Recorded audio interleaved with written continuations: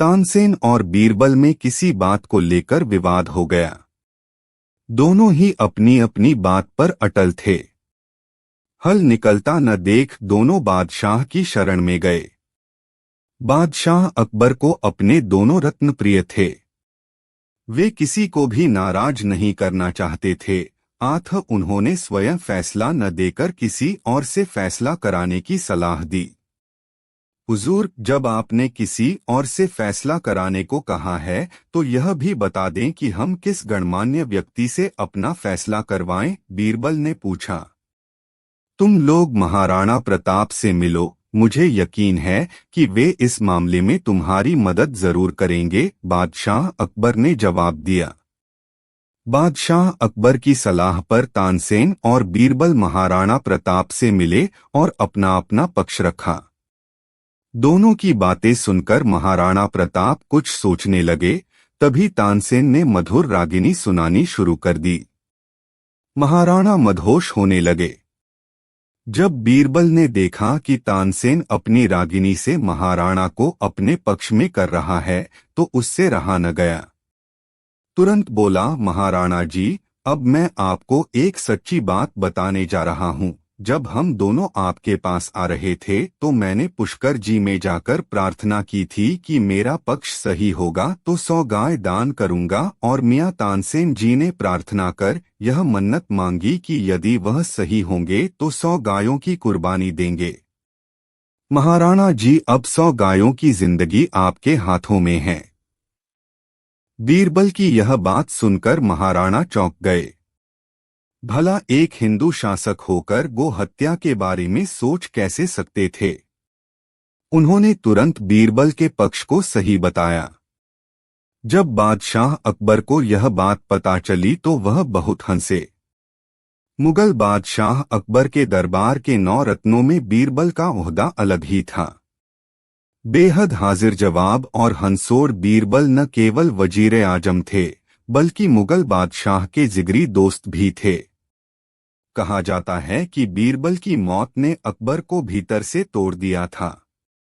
यहाँ तक कि दरबार के काम में भी उनकी रुचि खत्म हो गई। अकबर बीरबल के ढेरों किस्से हैं जिनमें मुश्किल से मुश्किल हालात को बीरबल का तेज दिमाग झट से संभाल लेता था।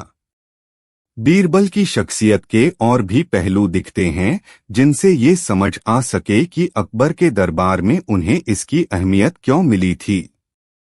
वैसे दरबार ही नहीं, बीरबल ने अपने खूबियों से बादशाह अकबर के दिल में भी खास जगह बना रखी थी।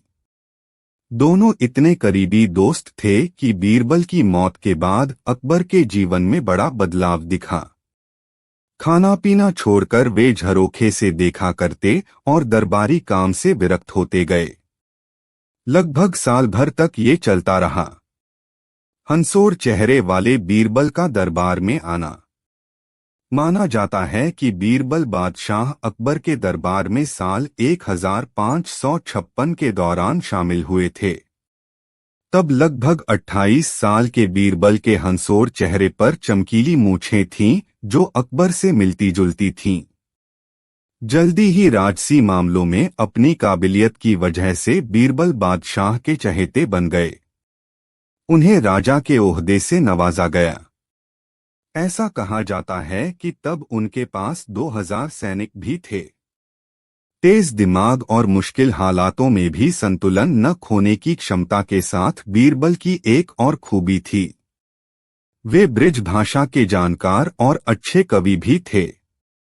कला से बेहद प्रेम करने वाले अकबर इन्हीं खूबियों से प्रभावित होते गए और जल्दी ही दोनों की दोस्ती गहराने लगी। द प्रिंट में छपी एक रिपोर्ट के अनुसार इनके रिश्ते का जिक्र इरा मुखोती की किताब में काफी विस्तार से मिलता है। जब फतेहपुर सीकरी का निर्माण हो रहा था तब अकबर ने बीरबल के लिए भी एक किला बनवाने को कहा था ताकि उनकी मुलाकातें रोज हो सकें।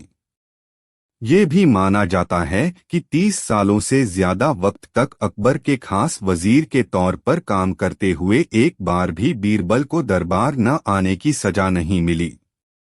पुर्तगाली पादरी जो मुगल काल के दौरान भारत आए थे, अकबर बीरबल की दोस्ती के बारे में बताते हैं कि तब गलती करने पर लगभग सारे ही दरबारियों को बादशाह के गुस्से का सामना करना पड़ता था।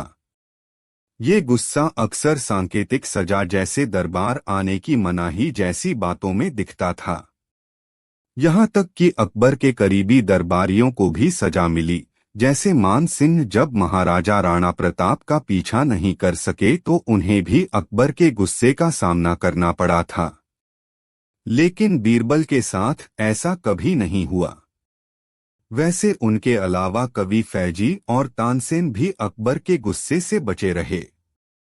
मुगल साम्राज्य के इतिहासकार अब्दुल कादिर बदायूनी ने भी अकबर बीरबल की दोस्ती से कुछ ईर्ष्यासी जताते हुए लिखा था कि अपने अनोखे स्वभाव की वजह से बीरबल दिनोंदिन बादशाह का चहेता होता गया और उनका सबसे ज्यादा विश्वसनीय हो गया। आमतौर पर बादशाह अपने दरबारियों और प्रजा से काफी दूरी रखने के लिए जाने जाते हैं। उनके जीवन के वही हिस्से सामने आए जिनका उन्हीं के कहने पर दस्तावेजीकरण हुआ। रोज मुलाकात के बाद भी दरबारियों और सम्राटों के बीच दूरी होती थी। हालांकि अकबर और बीरबल के रिश्ते में ये दूरी नहीं दिखती है। एक वाकया ऐसा भी हुआ जिसने सारे दरबार और प्रजा के सामने ये भेद खोल दिया कि बादशाह के लिए बीरबल के क्या मायने हैं। साल 1583 की बात है। तब फतेहपुर सीकरी में हाथियों की लड़ाई का आयोजन था। बादशाह संग सभी दरबारी हाथियों की कुश्ती का आनंद ले रहे थे कि तभी एक सबसे खतरनाक हाथी बीरबल के पास पहुंच गया और देखते ही देखते उन्हें अपनी सूंड में उठा लिया। इससे पहले कि सेनापति या सैनिक कोई कार्रवाई करें, घोड़े पर सवार अकबर तेजी से आगे बढ़े और हाथी को उकसाने लगे। अब हाथी बीरबल को छोड़कर अकबर की ओर बढ़ा, तभी अचानक लड़खड़ाकर गिर पड़ा और बीरबल की जान बच गई। यहां से शुरू हुआ बदला। साल 1585 में बादशाह अकबर पंजाब प्रांत की उथल पुथल को संभालने निकले, लेकिन तब किसी को अंदाजा भी नहीं था वे वापस फतेहपुर सीकरी कभी नहीं लौटना चाहेंगे। असल में पंजाब की यात्रा के दौरान अकबर को दो बेहद निजी तकलीफों से गुजरना पड़ा। पहली थी उनके सौतेले भाई मिर्जा हकीम की मौत। मिर्जा हकीम सौतेले होने के बाद भी बादशाह का। यह बात तब की है जब शहंशाह अकबर और बीरबल की पहली मुलाकात हुई थी। उस समय सभी बीरबल को महेश दास के नाम से जानते थे। एक दिन शहंशाह अकबर बाजार में महेश दास की होशियार से खुश होकर उसे अपने दरबार में इनाम देने के लिए बुलाते हैं और निशानी के तौर पर अपनी अंगूठी देते हैं। कुछ समय के बाद महेश दास सुल्तान अकबर से मिलने का विचार बनाकर उनके महल की ओर रवाना हो जाते हैं। वहां पहुंचकर महेश दास देखते हैं कि महल के बाहर बहुत लंबी लाइन लगी हुई है और दरबान हर व्यक्ति से कुछ न कुछ लेकर ही उन्हें अंदर जाने दे रहा है। जब महेश दास का नंबर आया तो उसने कहा कि महाराज ने मुझे इनाम देने के लिए बुलाया है और उसने सुल्तान की अंगूठी दिखाई। दरबान के मन में लालच आ गया और उसने कहा कि मैं तुम्हें एक ही शर्त पर अंदर जाने दूंगा, अगर तुम मुझे इनाम में से आधा हिस्सा दो। तो दरबान की बात सुनकर महेश दास ने कुछ सोचा और उसकी बात मानकर महल में चले गए। दरबार में पहुंचकर वह अपना नंबर आने का इंतजार करने लगे। जैसे ही महेश दास की बारी आई और वो सामने आए तो शहंशाह अकबर उन्हें देखते ही पहचान गए और दरबारियों के सामने उनकी बहुत तारीफ की। बादशाह अकबर ने कहा कि बोलो महेश दास, इनाम में क्या चाहिए। तक महेश दास ने कहा कि महाराज मैं जो कुछ भी मांगूंगा क्या आप मुझे इनाम में देंगे। बादशाह अकबर ने कहा कि बिल्कुल, मांगो, क्या मांगते हो। तब महेश दास ने कहा कि महाराज मुझे पीठ पर 100 कोड़े मारने का इनाम दें। महेश दास की बात सुनकर सभी को हैरानी हुई और बादशाह अकबर ने पूछा कि तुम ऐसा क्यों चाहते हो। तब महेश दास ने दरबान के साथ हुई पूरी घटना बताई और अंत में कहा कि मैंने वादा किया है कि इनाम का आधा हिस्सा मैं दरबान को दूंगा। तब अकबर ने गुस्से में आकर दरबान को 100 कोड़े लगवाए और महेश दास की होशियारी देखकर अपने दरबार में मुख्य सलाहकार के रूप में रख लिया। इसके बाद अकबर ने उनका नाम बदलकर महेश दास से बीरबल कर दिया। तब से लेकर आज तक अकबर और बीरबल के कई किस्से मशहूर हुए। हमें अपना काम ईमानदारी से और बिना किसी लालच के करना चाहिए। अगर आप कुछ पाने की उम्मीद से कोई काम करते हो तो हमेशा बुरे परिणाम का सामना करना पड़ता है, जैसे इस कहानी में लालची दरबान के साथ हुआ। आप ये जरूर चाहते होंगे कि आपका बच्चे के अंदर कम्युनिकेशन स्किल अच्छे से विकसित हो, यानी कि आपका बच्चा संवाद करने की कला में दक्ष हो। कम्युनिकेशन स्किल की दो सबसे प्रमुख बातें हैं, पहला है वाक्पटुता और दूसरा है हाजिर जवाबी। वाक्पटुता और हाजिर जवाबी का सबसे बड़ा उदाहरण है बीरबल। जी हाँ, वही बीरबल जो सम्राट अकबर के दरबार के नवरत्नों में से एक थे। अकबर बीरबल की कहानी आज के समय में भी खास तौर से बच्चों के लिए बहुत प्रासंगिक है। अकबर बीरबल की कहानियों से आपके बच्चे को बहुत कुछ सीखने को मिल सकता है। इन कहानियों में अपनी बुद्धिमत्ता का प्रदर्शन कैसे करें, ये भी सीखने को मिलता है।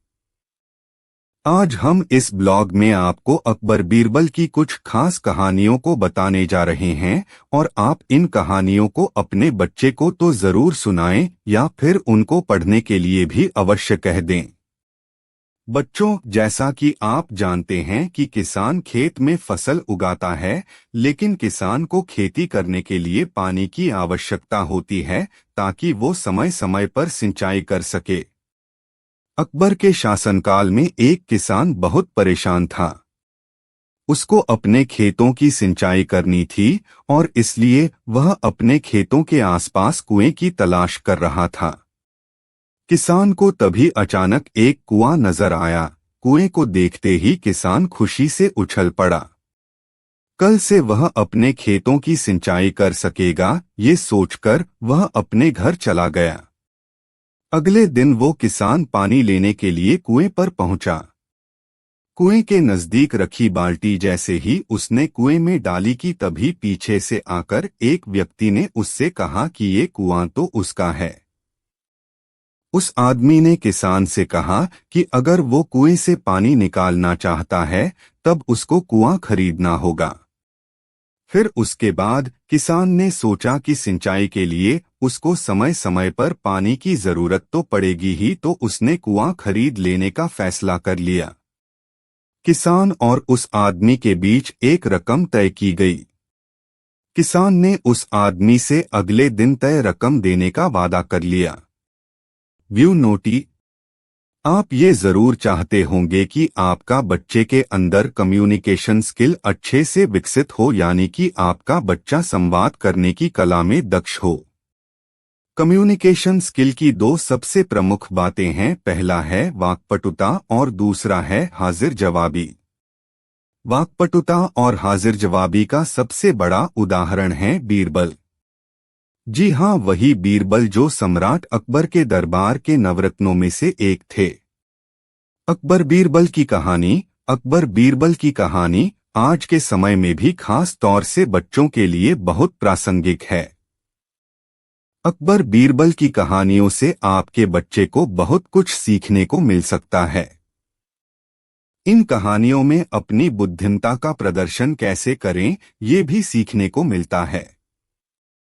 आज हम इस ब्लॉग में आपको अकबर बीरबल की कुछ खास कहानियों को बताने जा रहे हैं और आप इन कहानियों को अपने बच्चे को तो जरूर सुनाएं या फिर उनको पढ़ने के लिए भी अवश्य कह दें। किसान और कुएं की कहानी। बच्चों, जैसा कि आप जानते हैं कि किसान खेत में फसल उगाता है, लेकिन किसान को खेती करने के लिए पानी की आवश्यकता होती है ताकि वो समय समय पर सिंचाई कर सके। अकबर के शासनकाल में एक किसान बहुत परेशान था।